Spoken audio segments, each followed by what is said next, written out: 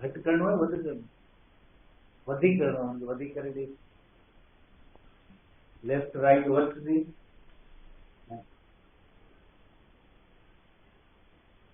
तो जीटी का syllabus next GT उसकी डेट अनाउंस हो चुकी है, 19 से डेट जीटी है 5 जीटी का सिलेबस होगा जो 18 मई तक हम कोर्स कवर करेंगे, वो आपकी जीटी का सिलेबस 18 मई तक जीटी का सिलेबस है बायोमॉलिक्यूल। 18 मई तक जो हम चीजें सीखेंगे वो आपकी इसके अंदर वो जो है सारी चीजें इंक्लूड होंगी, जो भी टॉपिक हम पढ़ेंगे 18 मई तक।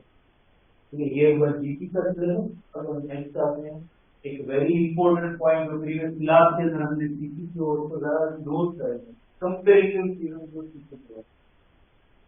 कौन सी नोटिंग करनी, जैसे यूरोवेलर डाइसेक्राइड का maltose disaccharide, lactose disaccharide, sucrose disaccharide, बहुत ही इंपॉर्टेंट क्वेश्चन इस पॉइंट ऑफ व्यू से इंपॉर्टेंट क्वेश्चन।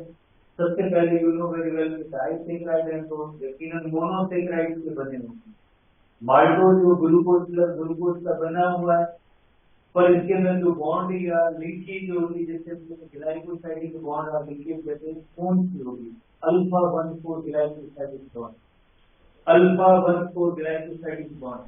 अल्फा और बीटा के हवाले से आपको याद है, अल्फा कार्बन नंबर में जैसे 1 की OH ग्रुप अगर लो पोजीशन पे होता है तो अल्फा, और अपर पोजीशन पे होता है तो बीटा होता है। तो ये अल्फा 1,4 कार्बन नंबर 1 और नेक्स्ट जो मोनोसेक्राइड है उसका कार्बन नंबर 4, उसके दरमियान जो बॉन्ड बनता है उसे कहते हैं अल्फा 1,4 ग्लाइकोसाइड बॉन्ड। अरे आप नोट करें, बहुत ही इंपॉर्टेंट क्वेश्चन।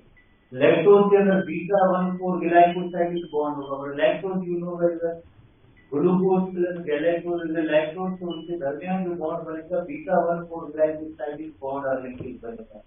उसके बाद जैसे सक्रोज है you no glucose plus fructose, ये दोनों मोनोसेक्राइड है, ग्लूकोज भी मोनोसेक्राइड, फ्रक्टोज भी मोनोसेक्राइड। तो उनके दरमियान जो बॉन्ड है अल्फा 1 बीटा 2 ग्लाइकोसाइड बॉन्ड और linkage, alpha 1 beta 2 glycoside bond और लिंकेज। तो तीन तो ये डाइसेक्राइड है, पर ये अमाइलोपेक्टिन कोई डाइसेक्राइड नहीं है। आगे हम पढ़ेंगे पॉलीसेक्राइड की हेडिंग में। जो पॉलीसेक्राइड्स होते हैं उसके अंदर ग्लूकोज मॉलिक्यूल स्ट्रेट चेन की सूरत में होते हैं, स्ट्रेट चेन की सूरत में होते हैं, उसे कहते हैं अमाइलोज। स्ट्रेट चेन जो होती है ग्लूकोज की वो होती है अमाइलोज होती है। ब्रांच चेन जो होती है, ब्रांच चेन का मतलब है उसके अंदर कोई ब्रांच निकलती रहती है, कोई कहीं से किसी भी पॉइंट से कोई ब्रांच निकलेगी, तो ब्रांच चेन को कहते हैं अमाइलोपेक्टिन। ब्रांच चेन निकालता अमाइलोपेक्टिन, ब्रांच चेन निकालता amylopectin. Straight chain of glucose molecule होती है तो उसे कहते हैं अमाइलोज, और ब्रांच चेन जो होती है उसे कहते हैं अमाइलोपेक्टिन। जैसे इधर हमने एग्जाम्पल दिया है अमाइलोपेक्टिन का, तो इसका मतलब है ब्रांच चेन। तो ब्रांच चेन के दौरान ग्लूकोज के दरमियान कौन सी बॉन्डिंग का लिंकेज होगी, तो जब ये स्ट्रेट चेन जहां तक आपको नजर आ रही है, स्ट्रेट चेन की ग्लूकोज के मॉलिक्यूल्स हैं वो सब अल्फा 1,4 ग्लाइकोसाइड बॉन्ड या लिंकेज एक दूसरे के साथ अटैच होंगे या बॉन्डिंग होगी। जो इसमें ब्रांच निकलती है, जैसे ये ब्रांच निकली है, इधर ये ब्रांच निकली है, इधर होगी अल्फा 1,6 ग्लाइकोसाइड बॉन्ड आ जाएगी। इस ब्रांच में इस बॉन्डिंग को कहेंगे अल्फा 1,6 ग्लाइकोसाइड बॉन्ड आ जाएंगे। तो अमाइलोपेक्टिन के अंदर सारे ग्लूकोज के यूनिट्स एक दूसरे के साथ अटैच होते हैं, स्ट्रेट होंगे तो अल्फा 1,4 ग्लाइकोसाइड बॉन्ड आ जाएंगे, और उसमें जब ब्रांच निकलती है तो वो होगी अल्फा 1,6 ग्लाइकोसाइड बॉन्ड आ जाएंगे। प्रीवियस क्लास के अंदर हमने ये भी सीखा था, जैसे अगर एक ग्लूकोज है उसका कार्बन नंबर 1 तो दूसरी लाइन में मोनोमर के कार्बन नंबर 2 के दरमियान ग्लाइकोसाइड बॉन्ड और लिंकेज बन सकता है। इसी तरह कार्बन नंबर 1 और carbon number 4 next carbon number 1 और कार्बन नंबर 6 के साथ भी जैसे इनके दरमियान ग्लाइकोसाइड बॉन्ड या लिंकेज बन सकती है। हमने प्रीवियस क्लास के अंदर पढ़ा था थोड़ा बहुत। तो इधर देखिए कार्बन नंबर 1 और carbon number 4, carbon number 1 carbon number 4, carbon number 1 और ये कार्बन नंबर 2 है। नेक्स्ट जो ग्लूकोज में कोई भी कार्बोहाइड्रेट का मॉलिक्यूल है इधर कार्बन नंबर 1 और कार्बन नंबर 6 है। तो हमने प्रीवियस क्लास के अंदर हमने पढ़ा था कि कार्बन जो 1 और 2 के दरमियान, कार्बन 1 और 4 के दरमियान ग्लाइकोसाइडिक बॉन्ड, कार्बन 1 और 6 के दरमियान भी ग्लाइकोसाइडिक बॉन्ड आने के पड़ता है। जबकि हमने कल देखी बॉन्डिंग के रिजल्ट दिए जिसमें अमाइलो पेक्टिन कोई डायसेक्राइड नहीं है, तीन ये रिजल्ट जो डायसेक्राइड है। और ये जो हम आगे पॉलीसेक्राइड की कैटेगरी में पढ़ेंगे उधर हम सीखेंगे कि अल्फा 1,4 ग्लाइकोसाइडिक बॉन्ड क्या होती है और अल्फा 1,6 ग्लाइकोसाइडिक बॉन्ड क्या होती है। तो इसको ऐसे आप लोग जो है बिल्कुल पढ़ते हैं, इंटेलिजेंट हैं, सारी चीजें याद भी कर लेते हैं। एक चीज जो होती है वो हर एक स्टूडेंट को दूसरे स्टूडेंट की तरह अलग बनाती है, उसको ये कंपैरेटिव एनालिसिस। दो स्टूडेंट कंपैरेटिव एनालिसिस कर सकते हैं या एक टॉपिक पढ़ रहे हैं और फौरन उसका लिंक जो है दूसरे किसी टॉपिक का ध्यान में आ जाता है, पिक्चर उसकी आ जाती है। लेकिन हमने ऐसे स्टूडेंट द्वारा जो एनालिसिस करते हैं थोड़ा मुश्किल किया है, या तो सब लोग आप कर सकते हैं पर थोड़ी सी कंपैरेटिव एनालिसिस जरूरी है। इधर एक चार्ट देने का मकसद ये है, कभी कभार जैसे दो कोई ऐसी ग्लाइकोसाइडिक बॉन्ड या लिंकेज होगी तो उनके दरमियान कोई क्वेश्चन अगर ऐसा आ जाए, कोई डिफरेंस ऐसा आ जाए, तो कंपैरेटिवली चीजें आपके पास होनी चाहिए जो आपको यकीनन एक एडवांटेज या फायदा देंगे, आपकी की टॉपिक सीखने में, क्वेश्चन को सॉल्व करने में मदद मिलेगी। अब हम आते हैं आज के नए टॉपिक के हवाले से जो प्रीवियस क्लास एक्टिविटी है कि डायसेक्राइड में रिड्यूसिंग का नाम रिड्यूसिंग पर बहुत इंपॉर्टेंट थोड़ा सा एग्जाम्पल की कैटेगरी के हवाले से ज़्यादा इंपॉर्टेंट है, एग्जाम्पल के हवाले से भी इंपॉर्टेंट है। जैसे डायसेक्राइड अभी हमने माल्टोज पढ़ा, डायसेक्राइड अभी हमने पढ़ा था लैक्टोज पढ़ा था, इसमें एक डायसेक्राइड नहीं है, कौन सा डायसेक्राइड? इसमें तीन जो डायसेक्राइड है उसमें एक मिक्स है, sucrose. Sucrose is non reducing sugar, sucrose is non reducing sugar. Maltose, lactose और मोनोसेक्राइड जो होते हैं वो सब मोनोसेक्राइड ये रिड्यूसिंग होते हैं। नॉन रिड्यूसिंग के अंदर जो है सक्रोज है, स्टार्च है, ग्लाइकोजन है, ये सब नॉन रिड्यूसिंग है। तो सबसे पहले दो लफ्ज जो केमिस्ट्री के अंदर हमने यकीन सीखे होंगे, पढ़े होंगे, एक ऑक्सीडेशन और दूसरा रिडक्शन। ऑक्सीडेशन रिडक्शन प्रोसेस में पढ़े होंगे। रिड्यूसिंग शुगर का मतलब होता है कि ऐसा carbohydrate capable of being oxidised, यानी खुद से ऑक्सीडाइज होता है।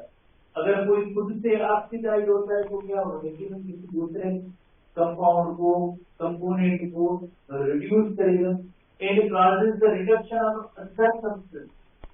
एक जो ऑक्सीडाइज हो रहा है दूसरे को रिड्यूस कर रहा है। तो ऐसे शुगर जिनके अंदर ये एबिलिटी हो खुद से जो ऑक्सीडाइज हो और दूसरे को जो रिड्यूस करेंगे तो इलेक्ट्रॉन या प्रोटॉन उनको डोनेट करेंगे। तो सिंपल वर्ड में जो ये रिड्यूसिंग शुगर है उनके पास ये एबिलिटी है कि किसी दूसरे को रिड्यूस करें बाय डोनेटिंग इलेक्ट्रॉन और प्रोटॉन को, उससे कहते हैं reducing sugar. Without being hydrolysis उनके अंदर हाइड्रोलिसिस ना हो, ऐसे ना हो कि डायसेक्राइड को मोनोसेक्राइड के अंदर ब्रेक नहीं, डायसेक्राइड मोनोसेक्राइड के अंदर ब्रेक नहीं होंगे पर वो दूसरे को रिड्यूस कर सकते हैं। क्यों रिड्यूस कर सकते हैं? बिकॉज इनके पास फ्री अल्डिहाइड ग्रुप मौजूद है, जिसकी वजह से वो ये रिड्यूसिंग शुगर कहलाते हैं। इन फ्री अल्डिहाइड ग्रुप की वजह से खुद से ऑक्सीडाइज होते हैं और दूसरे को रिड्यूस करते हैं। Carbohydrate are called reducing sugar. इनकी की कैटेगरी लिस्ट याद करना बहुत ही इंपॉर्टेंट। कार्बोहाइड्रेट का वो सेक्शन है जो हम सीख रहे हैं, थोड़ा सा स्लो स्पेस में भी चल रहे हैं, बिकॉज इसके अंदर बहुत ही इंपॉर्टेंट क्वेश्चन रिलेटेड क्वेश्चन मौजूद है।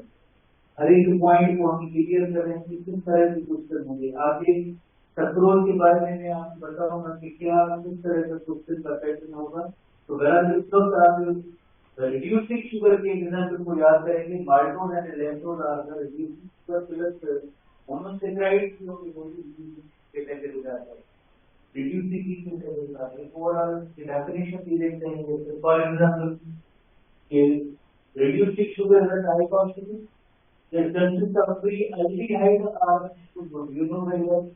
aldehyde कार्बोनिल ग्रुप होता है, उसके साथ कार्बन के साथ अगर H अटैच होता है तो वो aldehyde है। कार्बोनिल ग्रुप के साथ जैसे दोनों साइड से जैसे कार्बन है तो कीटोन ग्रुप आपको बताया। और फ्री कीटोन ग्रुप या aldehyde या कीटोन ग्रुप फ्री उसके बाद अगर मौजूद होता है तो ऐसे शुगर को हम कहेंगे रिड्यूस्ड शुगर। और and allowing the molecule and to act as a reducing agent in spectrum region, खुद से ऑक्सीडाइज और दूसरे को रिड्यूस कर सकता है। इसका मतलब चेन डोनेट इलेक्ट्रॉन को असर कंपाउंड इसको डोनेट करता है वो इलेक्ट्रॉन रिड्यूस हो जाता है और खुद से ऑक्सीडाइज हो जाता है। In causes the reduction of असर कंपाउंड। एग्जांपल की तरह देते हैं मोनो से बैड maltose and lactose are reducing sugar. They are called reducing sugar. Illustration देखते हैं इसके अंदर फ्री एल्डिहाइड का फुल ग्रुप का एग्जांपल देख सकते हैं। जैसे फॉर एग्जांपल ये एल्डिहाइड ग्रुप मौजूद है इसका, इसी तरह से ये जो है कीटोन ग्रुप इधर मौजूद है। तो फ्री एल्डिहाइड या कीटोन ग्रुप जिसमें भी होगा फ्री उसे कहेंगे reducing sugar. That is called reducing.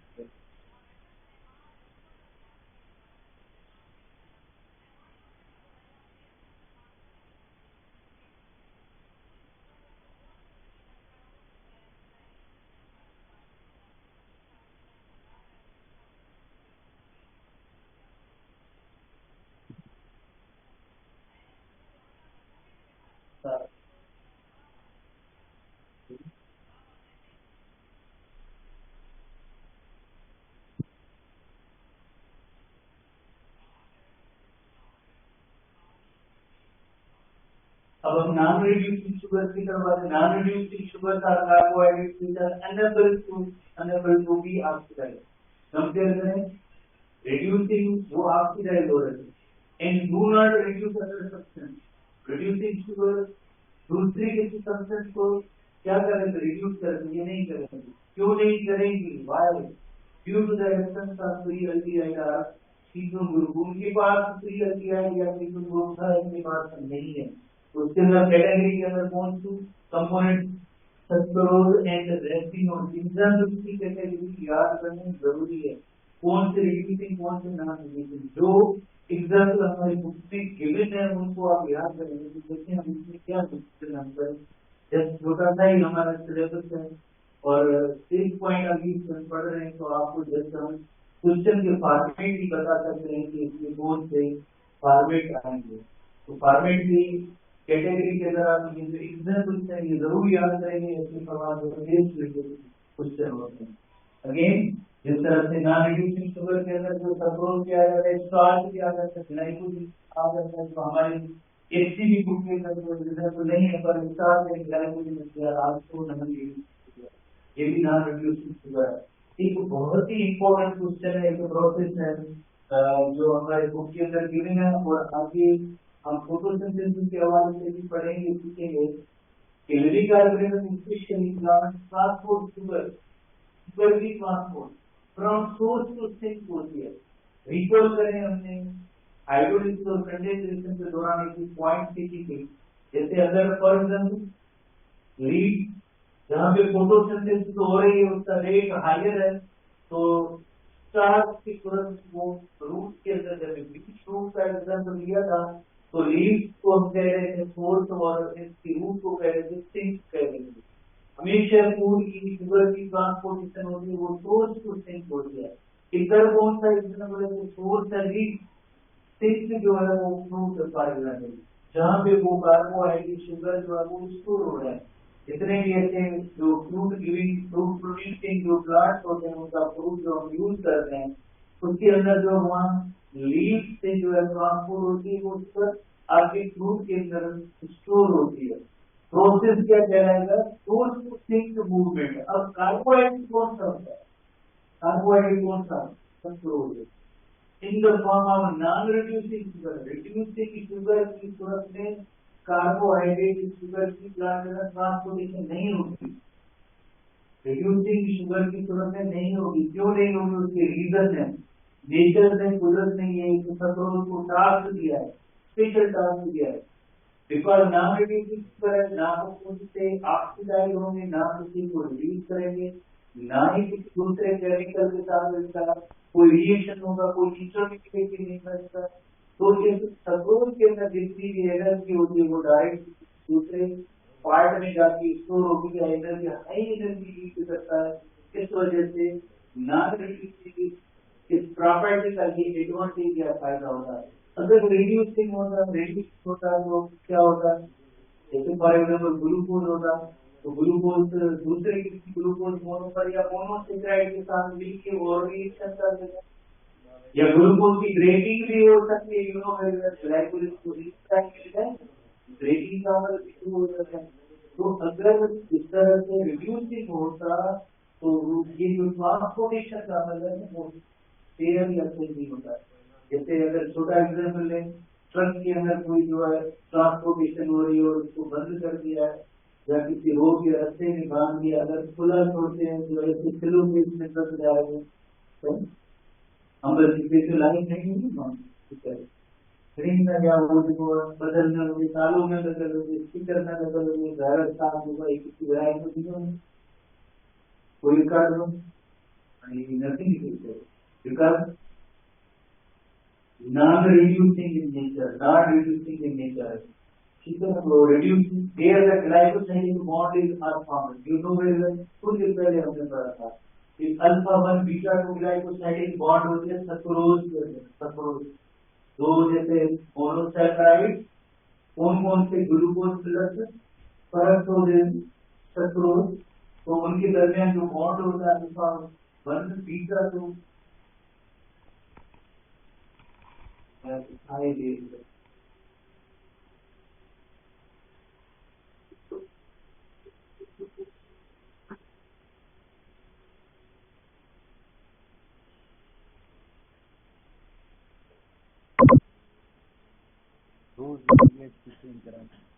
आवाज शागिर्द पहले हमने पढ़ा है नॉन रिड्यूसिंग शुगर के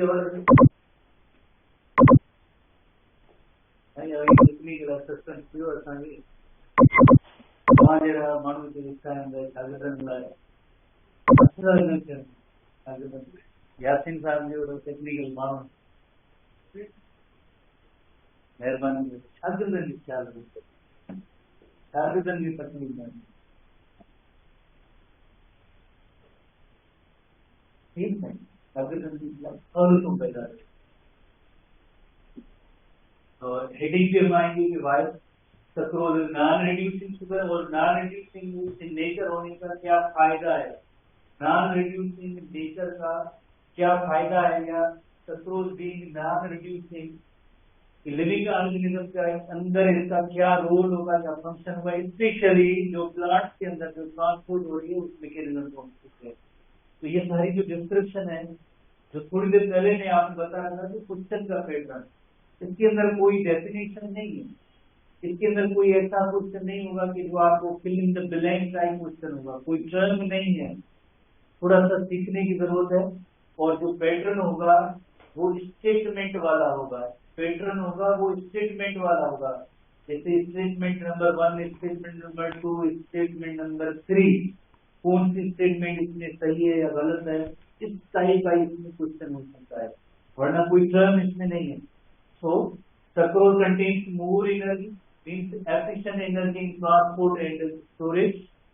जैसे आपको बताया कि अगर जस्ट ग्लूकोज होती वो तो कहीं भी इंजाइमेटिक रिएक्शन के जरिए ब्रेक हो जाता, या किसी दूसरे कंपोनेंट के साथ मिलकर कोई अनदर चीज बना सकता है। डाइसैकराइड 3 एग्जांपल है, उसके अंदर वन ऑफ द कंपोनेंट सबके अंदर तो ग्लूकोज है, glucose plus galactose, glucose plus glucose plus fructose. तो इस तरह से जो ये सक्रोज है तो इसके अंदर more energy efficient and transport and storage component है number 1। During transport it is not oxidized, क्यों नहीं ऑक्सीडाइज होता है, why? Because इसके पास कोई फ्री अल्डिहाइड या कीटोन ग्रुप नहीं है, अल्डिहाइड या कीटोन ग्रुप नहीं है, इस वजह से खुद से ऑक्सीडाइज नहीं होगा और ना किसी को रिड्यूस करेगा। And can not react with other substance, free aldehyde या कीटोन ग्रुप नहीं है तो no intermediate reaction with other molecule, ड्रग कंपन की वजह से सही सलामत होती है। इसे न किरण नजर आए बड़ा बंद जाए।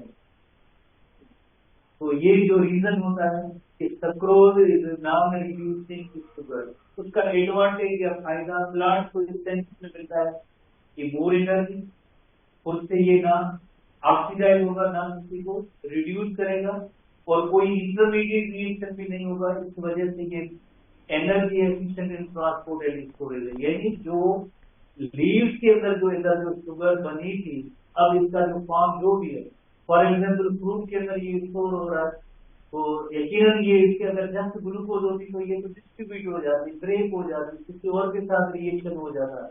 अब है किस सूरत में, सक्रोज की सूरत में तो ट्रांसपोर्टेशन हो रही है, प्रॉपर ट्रांसपोर्टेशन होती है, प्रॉपरली इधर स्टोरेज होगी, प्रॉपर ऐसे डाइसेक्राइड मोर एनर्जी होगी। तो ये एडवांटेज या फायदा होता है sucrose as a non reducing sugar का। नाम स्टेटमेंट वाइज इसके अंदर सवाल आके जरा ध्यान में रखेंगे, स्टेटमेंट का एक सिस्टम होगा कि कौन सी सही स्टेटमेंट है या गलत स्टेटमेंट है।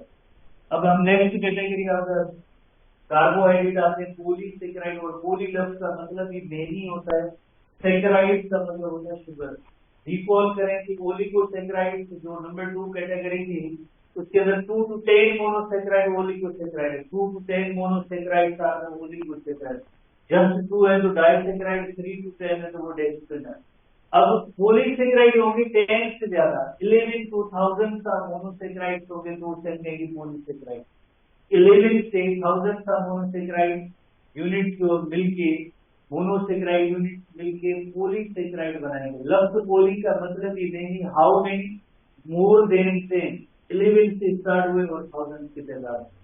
We are found by the condensation, जाहिर है कि जो रिएक्शन होगा हाइड्रोलिसिस तो नहीं होगा, कंडेंसेशन है, फॉर्मेशन का मतलब एक मोनोसेकेराइड दूसरा तीसरा एक दूसरे के साथ ग्लाइकोसाइड बॉन्ड के जरिए लिंक होते जाएंगे और एक बड़ा पॉलीमर बनता जाएगा। मोनोसेकेराइड मिलते जाएंगे और अल्टीमेटली पॉलीसेकेराइड बनेगा। जैसे पुराना एनसीडी बुक था उसके अंदर 3 एग्जाम्पल थे, सेलुलोज, ग्लाइकोजन और स्टार्च। काइटिन का थोड़ा सा रोल या डिस्क्रिप्शन नहीं थी, इस नए बुक के अंदर काइटिन भी मौजूद है।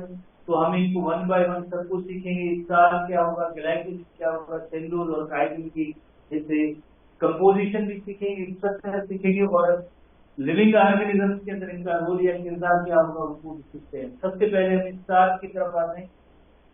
स्टार्च की तरफ आते हैं, यू नो वेरी वेल कि जब भी इससे पहले हमने जो पॉइंट एक पढ़ी थी, सोर्स टू सिंक मूवमेंट, आप रिकॉल करें सोर्स टू सिंक मूवमेंट। जैसे फॉर एग्जांपल ये बीट टूट है, उसके अंदर स्टार्च आके जमा हुई थी, स्टार्च आके जमा हुई थी, तो स्टार्च को कंसीडर किया जाता है एज रिजर्व फूड और स्टोर्ड फूड, रिजर्व्ड और स्टोर्ड फूड और food plant, stored food material है।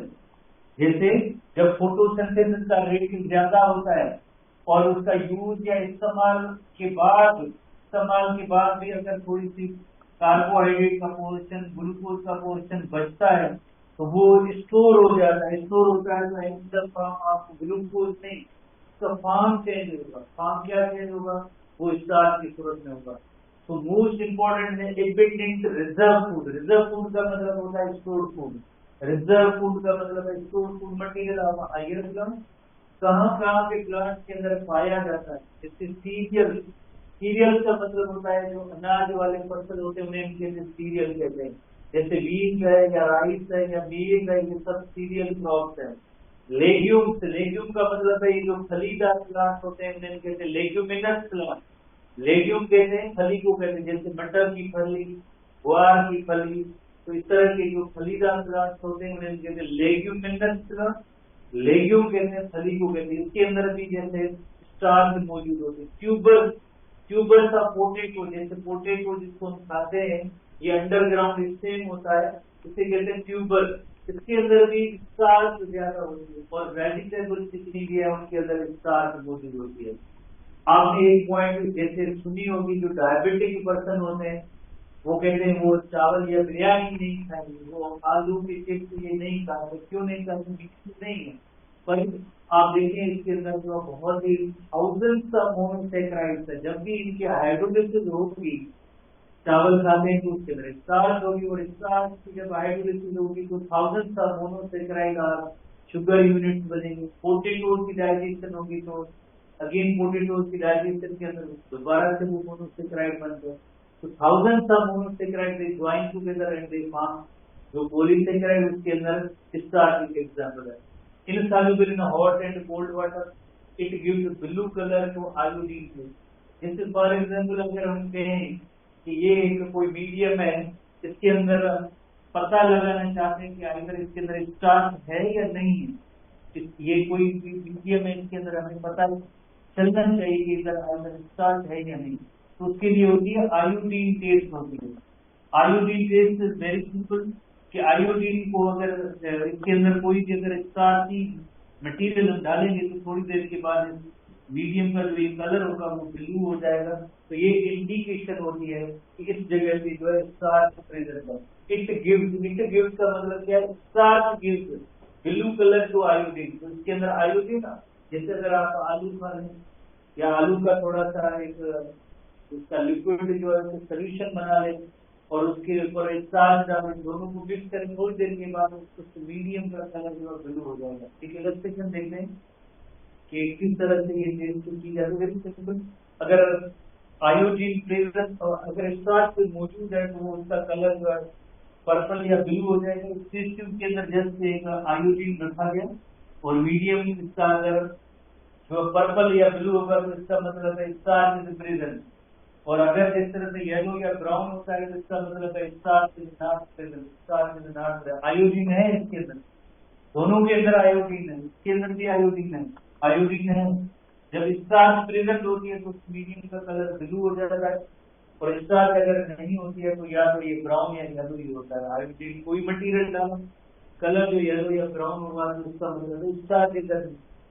ठीक है, तो आगे वो और भी कलर्स हैं जैसे ग्लाइकोजन रेड कलर, और सेल्यूलोज को हम पढ़ेंगे, इसके अंदर आयोडीन जिसके अंदर कोई कलर नहीं आता, कलर की कंपेरेटिव चीजों को आपने देखना है। जैसे आप रिकॉल करें, इसमें हमेशा स्टूडेंट्स को कहता पढ़ते तो आप सब लोग याद भी कर लेते, थोड़ा सा इनको एक दूसरे के साथ लिंक करें। मोनोसेक्राइड को आप लिंक करें पॉलीसेक्राइड के साथ। Monosaccharide they are associated soluble in water, cannot be hydrolyzed, ये हाइड्रोलाइज भी हो सकते हैं insoluble in water, they are not solute base नहीं होते हैं। तो कंपेरिजन जरूरी होती है, कंपेरिजन करेंगे तो फिर जो है एक चीज आप सीखेंगे तो 10 और चीजें सीख लेंगे। कंपेरिजन अगर नहीं करेंगे तो जस्ट एक ही चीज याद हो जाएगा आपको। इसी तरह से कलर की आईडी टेस्ट की कलर की हमारे कंपेरिजन को याद है, starch blue, glycogen red, cellulose blue colour, ठीक है। इस तरह से तो starch is made up of many glucose molecule. जैसे थोड़ी देर पहले हमने पढ़ा था स्टार्च के अंदर जो hundreds and thousands of glucose molecule होते हैं, सब ग्लूकोज पॉलीमर ऑफ ग्लूकोज है। तो इसके अंदर जो मोनोमर होता है वो ग्लूकोज होता है। Joined together in straight chain, अगर जस्ट स्ट्रेट चेन होगी तो उसे हम कहेंगे अमाइलोज। जैसे फॉर एग्जांपल ये ग्लूकोज के मोनोमर्स हैं, ग्लूकोज के मोनोमर्स हैं, और स्ट्रेट चेन की सूरत में तो उसे हम कहेंगे अमाइलोज कहेंगे। पर स्ट्रेट चेन के साथ साथ अगर कोई ब्रांचेस भी उसमें निकल रही है, फॉर एग्जांपल ये स्ट्रेट चेन आपको नजर आ रही है, ये स्ट्रेट चेन नजर आ रही है, स्ट्रेट चेन के अंदर ये ब्रांच है, ये भी ब्रांच है, ये भी ब्रांच है, ये भी ब्रांच है। तो अगर ब्रांच है तो उसे हम कहेंगे अमाइलोपेक्टिन है। सब इसके अंदर भी ग्लूकोज के कंपोनेंट। स्टार्च एक ऐसा मॉलिक्यूल है जिसके अंदर जैसे स्ट्रेट चेन की सूरत में एज ब्रांच चेन की सूरत में ग्लूकोज मॉलिक्यूल अरेंज होते हैं। ब्रांच चेन स्ट्रेट चेन को कहेंगे अमाइलो, और अमाइलोपेक्टिन जो है वो उससे कहेंगे ब्रांच कहेंगे। Amylopectin is the branch. Recall करें थोड़ी देर पहले हमने पढ़ा था स्ट्रेट चेन के अंदर ग्लूकोज मॉलिक्यूल के दरमियान ग्लाइकोसाइडिक बॉन्ड होगी, वो अल्फा 1,4 ग्लाइकोसाइडिक बॉन्ड और लिंकेज। ये जो ब्रांच चेन निकल रही है तो इधर जो है अल्फा 1,6 ग्लाइकोसाइडिक बॉन्ड होगी, तो 6 नंबर एनदर जो जिस तरह से यकीनन कोई एक और ग्लूकोज होगा, इन दोनों के दरमियान जो बॉन्ड उसका नेम है अल्फा 1,6 ग्लाइकोसाइडिक बॉन्ड। और ये स्ट्रेट होगी तो अल्फा 1,4 ग्लाइकोसाइड बॉन्ड होगा, अल्फा 1,4 ग्लाइकोसाइड बॉन्ड। तो इसी इलस्ट्रेशन में हम सीखते हैं, फॉर एग्जाम्पल ये जैसे अमाइलोपेक्टिन, तो उसके अंदर जैसे स्ट्रेट जो ग्लूकोज मॉलिक्यूल है उसके अंदर अल्फा 1,4 ग्लाइकोसाइड बॉन्ड होगी। ये देखिए alpha 1,4 carbon number 1 carbon number 4 इनके दरमियान glycoside bond, carbon number 1 carbon number 4 इनके दरमियान ग्लाइकोसाइड बॉन्ड। तो ये जितने भी ग्लूकोज के मॉलिक्यूल स्ट्रेट चेन की सूरत में मौजूद है तो इधर अल्फा 1,4 ग्लाइकोसाइड बॉन्ड होगा। इसमें जो ब्रांच निकल रही है, जैसे फॉर एग्जाम्पल ये ब्रांच निकल रही है, इधर जो बॉन्डिंग होगी या ये जो ब्रांच निकल रही है इसमें ये जो बॉन्डिंग होगी तो उसकी होगी अल्फा 1,6 ग्लाइकोसाइड बॉन्ड। जैसे ब्रांच का जैसे ये कार्बन नंबर 1 और इस ग्लूकोज का ये कार्बन नंबर 2, तो इनके दरमियान इधर जो बॉन्ड बना है ब्लू कलरेशन जैसे फॉर एग्जाम्पल बॉन्ड को शो करेंगे, ये है alpha 1,6 glycosidic bond. Alpha 1,6 glycosidic linkage bond होगा जहां से ब्रांच निकली, और जो स्ट्रेट जो ग्लूकोज के जितने भी होंगे उसके अंदर अल्फा 1,4 ग्लाइकोसाइडिक बॉन्ड होगा। कितने? ये अमाइलोपेक्टिन है, अमाइलोपेक्टिन। बाकी जस्ट भी स्टार्च के अंदर स्ट्रेट चेन होगी वो भी होगी, तो उससे कहेंगे जस्ट अमाइलोज, और ब्रांच चेन होंगे अमाइलोपेक्टिन, ब्रांच चेन निकालना अमाइलोपेक्टिन।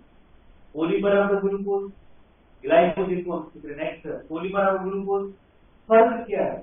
स्टार्च भी पॉलीमर ऑफ ग्लूकोज है और ये भी जैसे ग्लाइकोजेन है तो पॉलीमर ऑफ ग्लूकोज है, और दोनों भी ब्रांच है, ये भी आप ध्यान में रखेंगे। इलस्ट्रेशन देखें फिर आप फर्क इसमें आपको पता चल जाएगा कि क्या इसमें फर्क है। ये पूरी कंपेरिजन है, जैसे फॉर एग्जाम्पल सेलुलोज की जो अरेंजमेंट होती है स्ट्रेट चेन की सूरत में होगी, कोई इसमें ब्रांच नहीं होगी सेलुलोज। इसी तरह से जो अमाइलोज है, अमाइलोज जो होती है वो है जो स्ट्रेट, पर इसके अंदर थोड़ी सी क्वालिटी बनती है स्ट्रेट है, इसके अंदर कोई भी ब्रांच नहीं निकलेगी। जो अमाइलोपेक्टिन है उसके अंदर स्ट्रेट और साथ साथ में ब्रांचेस भी निकलती हैं, तो उसे कहते हैं अमाइलोपेक्टिन। ग्लाइकोजेन है जैसे सेलुलोज जो होता है आपको पता है उसके अंदर स्टार्च जो होता है उसके अंदर अमाइलोपेक्टिन और अमाइलोज दोनों है, पर ग्लाइकोजेन है उसके अंदर भी अरेंजमेंट आप देखिए जो स्टार्च की अरेंजमेंट है उस जैसी है, पर फर्क है थोड़ा। फर्क ये है कि इसके अंदर ज्यादा ब्रांचेस है, ज्यादा ब्रांचेस होने की वजह से ज्यादा कंटेंट होगा, और इसकी जो शेप होती है वो ग्रेन्युलर इन नेचर होती है। ग्लाइकोजेन है तो granular in nature, granular nature more जो ब्रांचेस होती है और कंटेंट होता है एज कंपेयर टू स्टार्च। तो ये ग्लाइकोजेन भी हम कहेंगे ये भी ब्रांच है। लाइक जैसे हमारे बुक्स के अंदर लिखा होता है कि इसकी स्ट्रक्चर होती है लाइक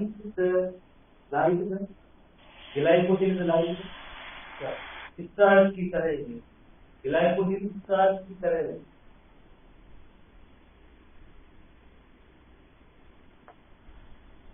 तो it is polymer of glucose, its molecular structure similar to starch,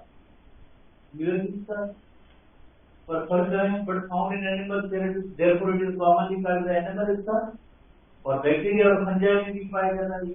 you know very well, पुराना एसटीपी बुक उसके अंदर भी है और नए में भी ये पॉइंट मौजूद है। Glycogen is present both bacteria और फंजाई, इनके अंदर भी मौजूद है। आप रिकॉल करें थोड़ा सा, इसको लिंक करें एक सिस्टम के साथ, क्लास जो हमने पढ़ा है एंडोक्राइन सिस्टम, उसको लिंक करें, इंसुलिन को रिकॉल करें, इंसुलिन हार्मोन को। ग्लूकोज जब एक्स्ट्रा होती है, एक्सेस में होती है तो ग्लूकोज कन्वर्टेड इनटू ग्लाइकोजेन, तो वो ग्लाइकोजेन कहाँ पे स्टोर हो रही थी? ग्लाइकोजेन स्टोर हो रही थी लिवर और मस्तिष्क के अंदर। टॉपिक जैसे उसको लिंक किया भी करें, लिंक भी किया है, and it gives the red colour with this iodine, जैसे blue colour red colour iodine test में इसका जो कलर होगा वो रेड होगा। आयोडीन टेस्ट जब की जाएगी तो इसका कलर जो रेड होगा। तो कलर के हवाले से भी आपको पॉइंट थोड़ी सी ध्यान में रखनी है। अगेन दोबारा से थोड़ा सा स्टार्ट को देखते हैं कि ये just straight chain of glucose molecule है, जैसे अमाइलोज कहेंगे, अमाइलोपेक्टिन जो है ब्रांच चेन है जिसके अंदर प्रोटीन कहेंगे अमाइलोपेक्टिन। तो स्टार्च जो होता है वो amylose as well as amylopectin की सूरत में मौजूद होता है। रेशियो थोड़ा सा कम ज्यादा इनका है, पर इतनी मेरे बुक के अंदर डिस्क्रिप्शन नहीं है, पर दोनों होते हैं। अगेन जैसे ये स्ट्रेट चेन के अंदर अल्फा 1,4 ग्लाइकोसाइड बॉन्ड होगा, और जहां पे इधर ब्रांच निकल रही है तो आपको पता है अल्फा 1,6 ग्लाइकोसाइडिक बॉन्ड या लिंकेज होती है जहां पे ब्रांच निकलती है। तो ये दो की पॉइंट्स हैं जो आप ध्यान में रखेंगे। कल हमने स्टार्ट किया।